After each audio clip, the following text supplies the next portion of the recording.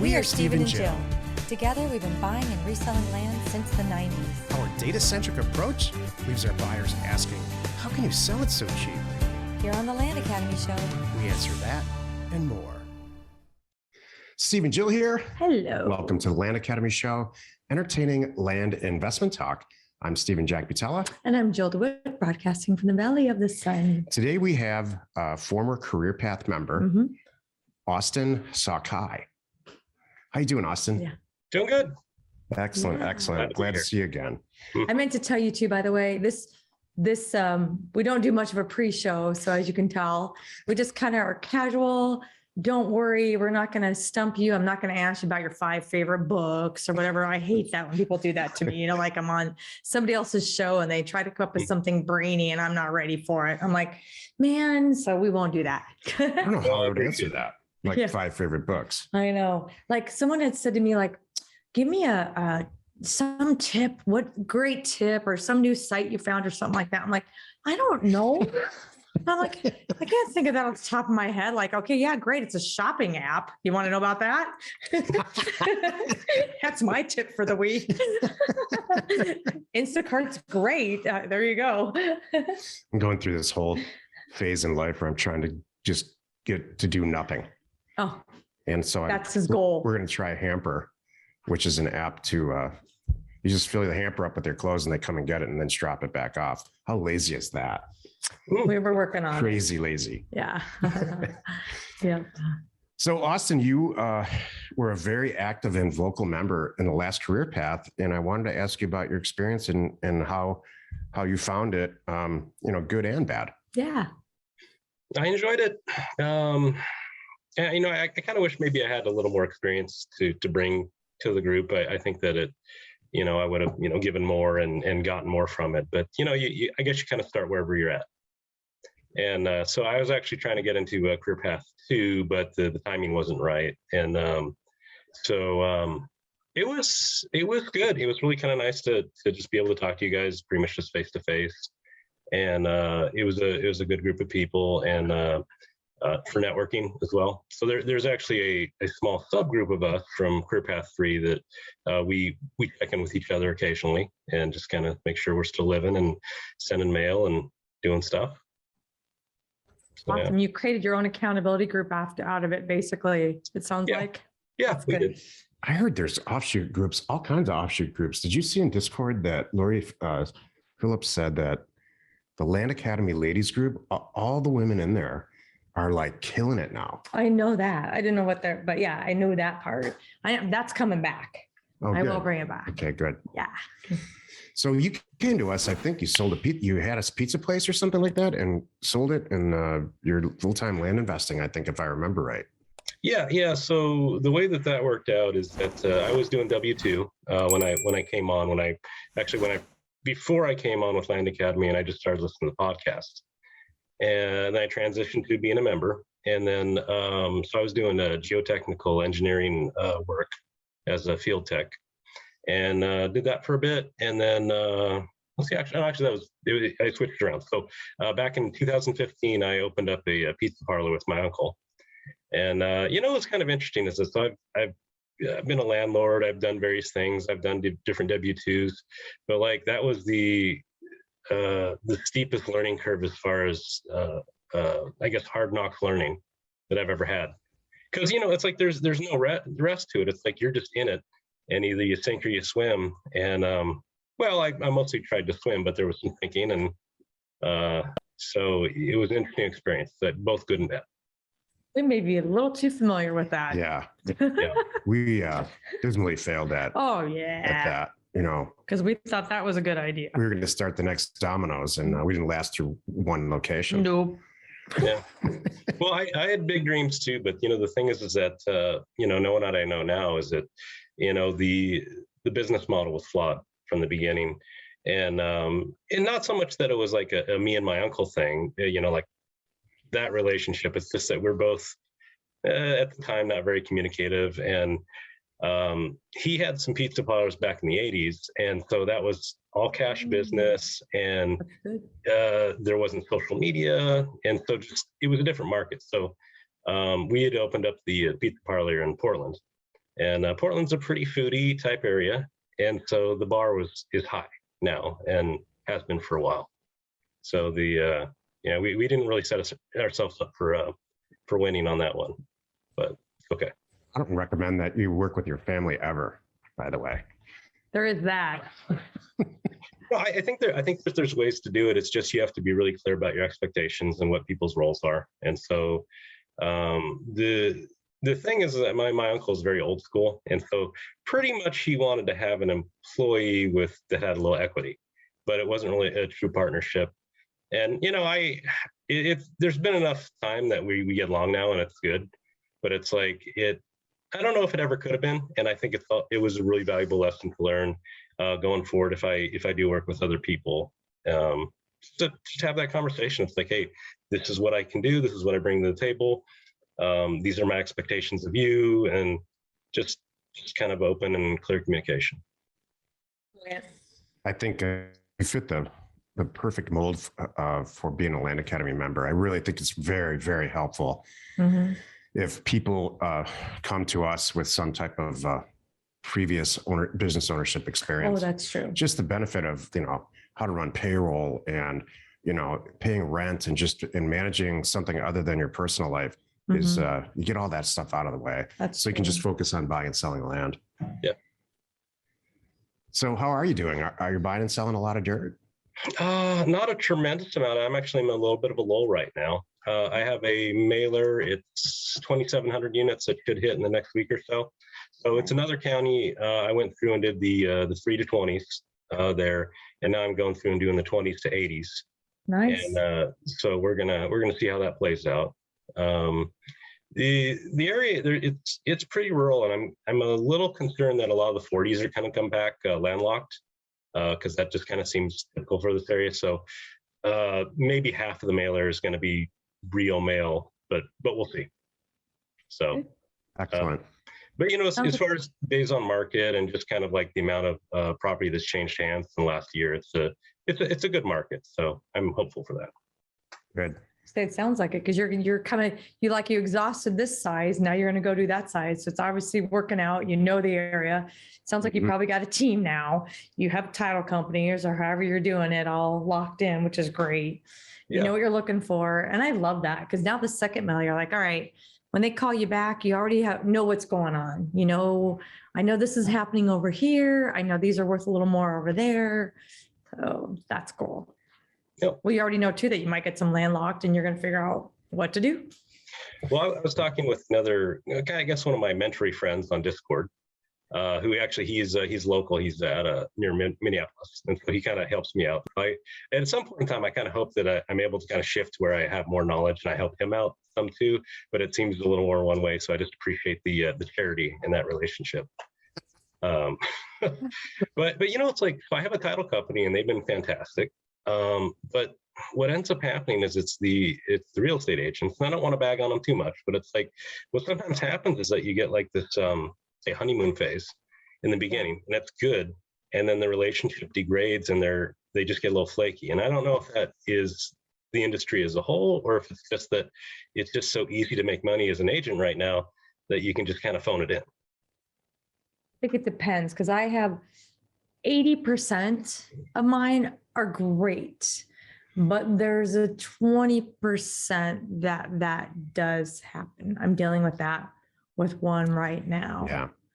So, and I don't know if I think because he's shifting from, he was all excited about land and motivated and doing good. And now he's like, oh, I could do some houses and my commissions are higher, which I totally understand.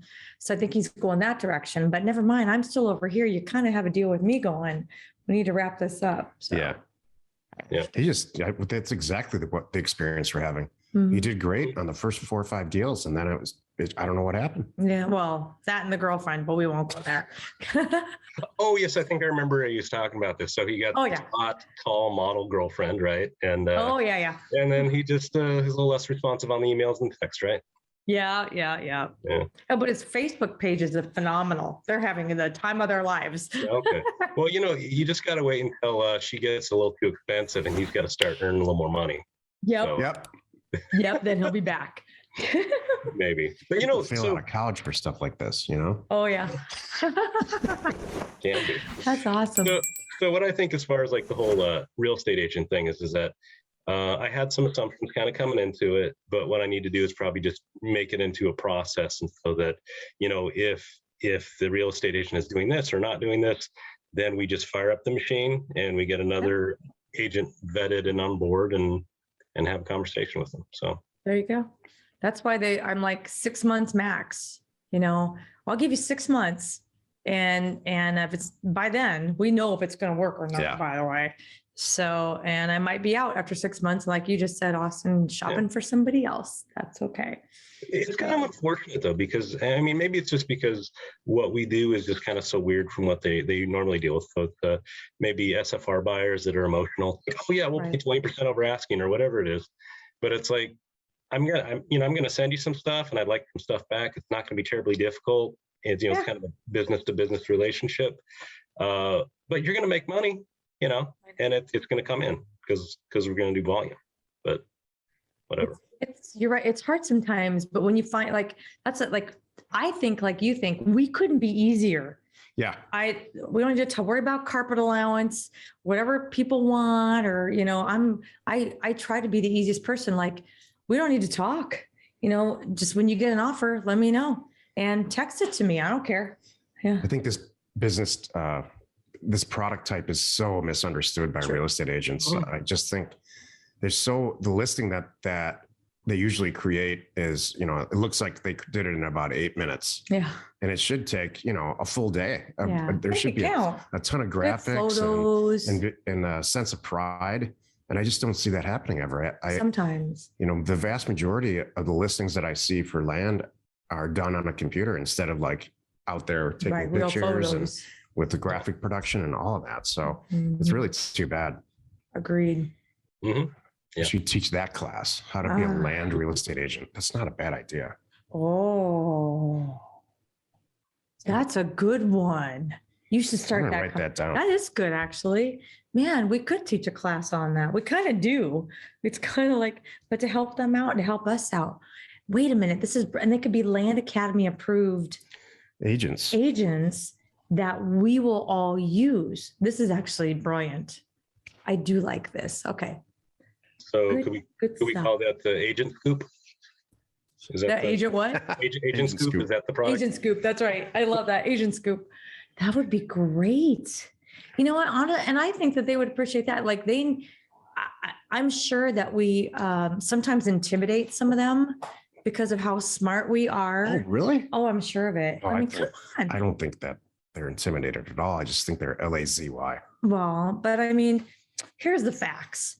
We know when we're dealing with other Land Academy members because of how smart we are. And the deals that are presented to me for deal funding, I can't think of a good one that I've had, at least in the last several months, that was from a non-member, because I put it out there, like, I'll fund anybody's deal. If you got a good deal that I don't want to go to waste, let me know. But the people that are not Land Academy members, they're not that good. Mm-hmm. But all of us, we know what we're doing. And I just don't have to worry about it. And then my other point was, we were talking about this, Austin. I hope you don't mind. We're going to have a little meeting with you here. Yeah, of course. I can run this by you. I was thinking, I want to create something special for career path people, because I know, Austin, and I know how much time we spent together. I know what you know. Like, we really talked about some stuff. So when you submit a deal to me, I really am going to look at it differently than anybody else too. So, and maybe even different percentages too. Like, so I'm open to that. I haven't put it together yet, but I'm happy to lessen my payout because you're a career path member, as long as I'm getting, whatever the spread is, that it's worthwhile, because I know you're going to do it great and it's going to be an awesome deal. It's just that much more education. Yeah. And I think that joining Career Path really shows some serious commitment and interest. Let's just say interest in the business. Yeah. You really are in a league of your own. So kudos. Yeah. So are you hitting the numbers that you budgeted, or what's what's next for you? So actually, I'm in a kind of a transitional phase right now. So Okay. I would say you could say that career path was kind of a catalyst. And so I have deficiencies, I guess, in my personality or in my business. And so I don't gravitate towards organization and some of the administrative type stuff. And while I have done business, I wish my business acumen was higher. Let's say like Lori Phillips, because I believe she actually joined about the time I did, and she's just doing some crazy, out in the atmosphere type stuff. The things that are helpful for this type of activity is business acumen, analysis, like say engineering, technical type of stuff. So these all kind of feed in. And so I have a friend that I'm bringing on as a partner who is more of an administrative type person who's very familiar in an office environment, has some marketing experience, and so to kind of help round that out. And so that's what I'm looking to do my business 2.0 now that I've kind of cut my teeth a little bit to actually get serious about this and to do it as adult style or adulting the land business, so to speak. Right. That's awesome. The best decision I ever made, business decision I ever made, was joining forces with Jill. I mean, it changed overnight the number of properties that we were buying and selling, and how we did everything actually. So I think that's a great idea. Mm-hmm. Yeah. I mean, I think a lot of people, they're a little apprehensive to bring somebody else because it's another mouth to feed, and you have to have the interpersonal stuff. But for what I've seen with other people and what they're doing, people who are really just kind of crushing it, is that you can do well as a one person operation, but to fill in your deficiencies with another person or VAs or tools or something like that it's beneficial. So figure out what you're good at, figure out what you're not good at, do what you do well, and farm out the other stuff, delegate it. And so I mean, I guess that's kind of the thing about like concierge data is like I have done some mailers on my own. It's like I've done some successfully. I've also bought some. Like Excel is not my natural habitat. And there was one specifically where I did something where I messed up the columns or the rows. And so the wrong people got the wrong mailers. And they got a mailer. It was let's say the wrong offer, the wrong acreage. And so it just makes more sense to me. So if I do like a concierge data type of mailer, it's like if I do one deal off that mailer, it's like, well, it pays for my mail and my concierge for the next couple mailers. So it's like it just kind of makes sense, and I can focus on other things. And And the areas that you're really good at. So Yeah. that's really good. That's hard for people to admit. That I don't want to admit that I'm not good at things. And Steven's really good at pointing out sometimes that I'm not good at things. little too I good. just think that if you're not innately interested in something, you're just not innately good at it. Probably. For some reason, the stuff I'm interested in, I seem to be good at. That's true. Well, no, what you just say, that's like really kind of the thing is like you could be horrible at something, but if you're interested in it, is that you'll become good. So like I went to school for mechanical engineering, and guess what? I wasn't good at math. Wow, really? Yeah. So, but the thing is that I wanted to do the thing, and so I went back in there and I put the work in, and I got good at math. That's good. So, it's just like anything. Is you just practice until you get there. But the thing is that you have to have the fire, the desire to do it, and if you don't have that, then it just doesn't matter. True. So what did you do exactly before the pizza thing, or with geoengineering? You said that's kind of a loaded question, I think. So I guess I'm a bit of a gypsy as far as work goes. So my start of my pizza is that I worked for Papa John's when I was going to community college in my 20s, and so that was kind of the pizza bug. That laid dormant for a while. But I went to trade school and I was a machinist. And so I worked in that industry, industrial type stuff. And then I decided to go back to school, and I did mechanical engineering, which I actually never went into. Well, I dropped out. I had a medical thing. I had like really bad insomnia for a while. So nobody really wants to pay you for 3/4 of an engineering degree, but I'm familiar with engineering and metal and technical stuff. And then what I do, I was a precious metal buyer, and I did the pizza thing, and then geotech was my last W-2. So just all over the place, but it tends to be, a lot of it tends to be kind of a technical nature.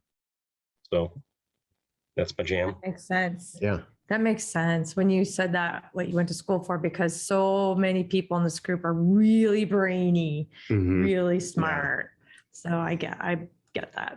Yeah. So like me, is like, I think I split the difference kind of like in between a technician and an engineer. So it's like, I'm not meticulous enough. I'm not patient enough to be an engineer, but I also like, while I like to be out in the field, I like to be turning wrench, doing stuff. I also don't want to exactly be a laborer at the same time. So like something in between. And so I think that's kind of why I like this. So I could do a little bit of work in the field. I could do, some computer stuff. So it offers me a little bit of both. Excellent. Tell us, can I ask some of the properties? Like, what do you like? Give us some numbers if you would like. What's your sweet spot right now? Buy for this, sell for that, and what's changing? Okay, so when I started in the sunny desert of northern Arizona. Okay. So it was desert squares, and so that was I think I did 5 acres, 5-acre parcels, and so the nice thing is it was pretty safe, and so I made some mistakes. I made a little bit of money. The thing I don't like about those lower price parcels is that like the people that buy them can't really afford them. So there's a lot of people that want terms, and it's really high touch. So it's like, let's say if you're under the $5,000 or $8,000 range on the sales side, is that you have to really know your buyer, because you're talking to them a lot. I kind of skipped there's like a middle section that I probably should have went to, but I kind of skipped, and I'm doing buy for 10 to, let's say, 30, and then resell for, let's say, 30, 60, 70 plus. And That's so perfect. That's where we are. I love it. so that's where I'm at. And the nice thing I like about that too is that since well, I'm an introvert. I mean, I don't know if you could tell, but it's like I'm probably the chattiest introvert you'll meet, but it's like I'm but yeah, it's like every time I call a seller back or something, it's like I got to kind of like take a couple breaths and get myself in that headspace, because I don't really like talking to people on the phone. It brings me anxiety. But I do it because you pay your dues and you do it, and make it happen. But when you get into the higher priced parcels, is that you can employ a agent to help you out on the back end.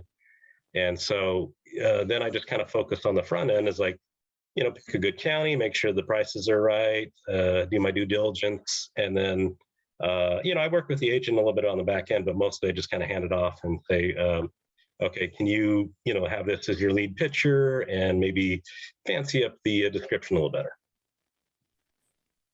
Isn't that great? Yeah. That's awesome. You could hang out there for a while. I'm sure you know that, and just roll in some big ones when they pop in, because your next miller, you might get some big ones popping in. Yeah. Well, we'll see. Yeah, some of the parcels are in the 100 to 150 on the retail sale end. So there's some meat there, but it's also, I think it's a different seller. So these are probably like farmers and people that own multiple parcels, and so they might be a little more savvy. Yeah. And so we'll see how that plays out. But boy, That's some of the beautiful. hate. You only need to do 10 or 20 deals a year. Yeah. Yeah. Maybe let's just say 10 or 12 deals a year. If Mhm. you're netting, $500,000 then right there. yeah. I mean, at the very bottom, Mhm. Not work that hard. right. Yeah. Well, I mean, that's my plan. I mean, I think I just feel more comfortable if the volume of deals is a certain amount, because it's like, there was somebody, and I think they're just doing one deal that was with it. They were netting 75 grand or 100 grand a month or something like that. And it's like, it's just not enough action. And so, I mean, if you're at a certain level to where you like really trust your judgment and all that, then you can do that. But, I think I'd feel more comfortable if I got, let's say 4 or 6 deals in the hopper. and everything's kind of churning. And so let's say if I miss something on this, or there's a title issue with this, that's not going to hurt me because I got these others to back it up. Yep. So it kind of smooths out the ripples. Yep. Good. And you got to keep yourself, you just have to keep yourself motivated and pushing through. So Yeah. that's awesome. Mhm. Well, so the motivation's kind of been an issue for me. So like when I first started on, I think it was about 6 months before I got my first mailer out. And so that's like, it's a little behind the curve. But I guess that's just sort of my life in a nutshell of just starting late and failure to launch. But the important thing is that you launch at some point. And so with bringing somebody on, it's like I think the accountability. It's like when you bring somebody to the gym with you to work out. Yeah. Like, if it's just you, you're going to hang out, you're going to watch Netflix, you're going to eat drumsticks on the couch. But if you got somebody that's going to meet you down there, it's like, well, you'll show up on time and you'll do the work. Absolutely. That's perfect. And- That's right. That's great advice And for so everybody. I just know that about myself, and so that I'll show up for the team. I don't always show up for myself. That's good. It's one of the things I like about this business. Once you get that mailer out, you don't have a choice. Yeah. I mean, your The life's phone's going gonna to be, ring. your life's going to be that way for a Yeah, while. exactly. You're going to have to keep going. Yep. That's good. Awesome. Austin, it was great to catch up with you. Thank you for being on the show. Yeah, Uh, yeah. We're gonna Well, check in with you probably 6 or 8 months from now. Maybe schedule another time, and you can tell us how it all went. well, that sounds good. I hope I have some good stuff to share with you. And so I'm on Discord, and I'm in Land Investors, and it's like if any of you new guys or whatever want to talk, it's like I'll share what I have with what I can. So Excellent. Oh, I'll thank probably take you up on that, actually. Yeah. And you're on our monthly advanced group call, right? I That is see you correct. there. Mhm. Okay, good. Awesome. Like coming up in like days now. Oh yeah, Yeah, yeah. Yeah. So next week. cool. Good. Thanks again, Austin, Yeah. and we will certainly talk with you soon. It's been Okay, awesome. super. I appreciate you having me on, and you guys have a good one. Okay. Thank you. Thanks. You too. Take care. All right, bye now. We hope you found our content valuable and we appreciate your support. If you have not already, please check out our channel and hit the subscribe button. And your comments and suggestions help us to create the content you're here for. Hitting the like button helps to support our channel's algorithm and gauge your interest for future shows.